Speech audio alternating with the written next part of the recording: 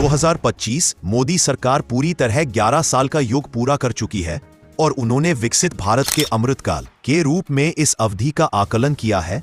208 बड़े infra projects, कुल मिलाकर 15.3 अरब 3 लाख करोड़ रुपए की प्रगति का आकलन किया गया है। सामाजिक कल्याण, समावेशन और सुरक्षा को बढ़ावा देने वाली नीतियों का लेखा जोखा पेश किया गया। मोदी की अगुवाई वाली एनडीए को 243 सीटों में से 202 सीटें मिली। यह वोटरों का एक मजबूत जनादेश माना जा रहा है, खासकर मोदी नीतीश कुमार की जोड़ी की राजनीतिक ताकत के कारण। बीजेपी इस चुनाव में सबसे बड़ी पार्टी बनी। पहली बार बिहार विधानसभा चुनाव में जीत के बाद मोदी ने कहा कि बिहार ने पिछले जंगल राज उनका विपक्षी तबका को हराया है। उन्होंने MY फॉर्मूला, जिसे विपक्ष में मुस्लिम यादव समीकरण से जोड़कर देखा जाता है, को चुनौती दी। मोदी के मुताबिक बिहार ने एक महिला और महिला यूथ फॉर्मूला के पक्ष में मतदान किया है। मोदी ने चुनाव को विकास मतदान के रूप में देखे जाने की बात कही है। कहा कि आने वाले 5 सालों में बिहार में नई इंडस्ट्री, निवेश और नौकरियां होंगी।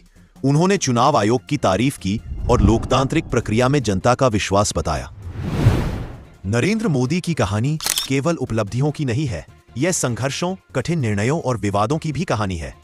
वह बचपन से ही सीमित संसाधनों के बीच बड़े हुए और उन्होंने संगठनात्मक जीवन में कठोर प्रशिक्षण और अनुशासन पाया।